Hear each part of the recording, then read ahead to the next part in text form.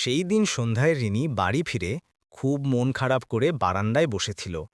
মা এসে ধীরে ধীরে তার চুলে হাত বুলিয়ে বললেন, মা, চুল সুন্দর, কিন্তু তার জন্য যদি তুমি বন্ধু হারাও, সুযোগ হারাও, তবে সেই চুলের কী মূল্য?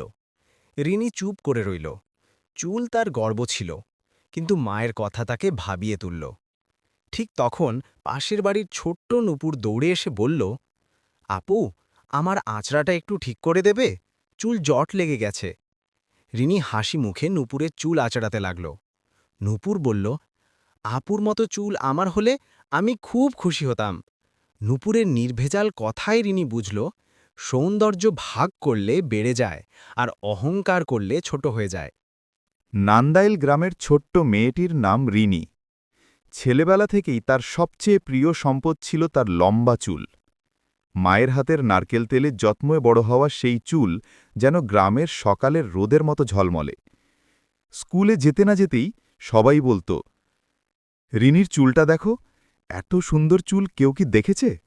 রিনি শুনে লাজুক হাসি দিত, কিন্তু ধীরে ধীরে তার মনে একটা অহংকার জন্ম নিল।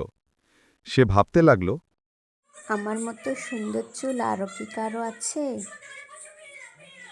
একদিন স্কুলে সাংস্কৃতিক অনুষ্ঠানের জন্য নাচের দল গঠন করা হচ্ছিল। শিক্ষক যখন বললেন, চুল বেঁধে মঞ্চে উঠতে হবে, তখন রিনি মুখ গুমরা করে উঠল। সে বলল, আমি আমার চুল বাঁধব না। আমি চাই সবাই আমার চুল দেখুক। চুলই আমার সৌন্দর্য। দলের মেয়েরা তাকে অনেক বুঝালো, কিন্তু রিনি রাজি হল না।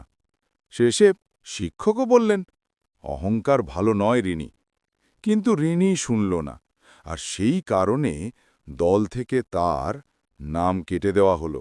পরদিন রিনি নিজেই শিক্ষকের কাছে গিয়ে বলল, ম্যাডাম, আমি দলের অংশ হতে চাই, নিয়ম মেনে চুল বেঁধে নাচ করব।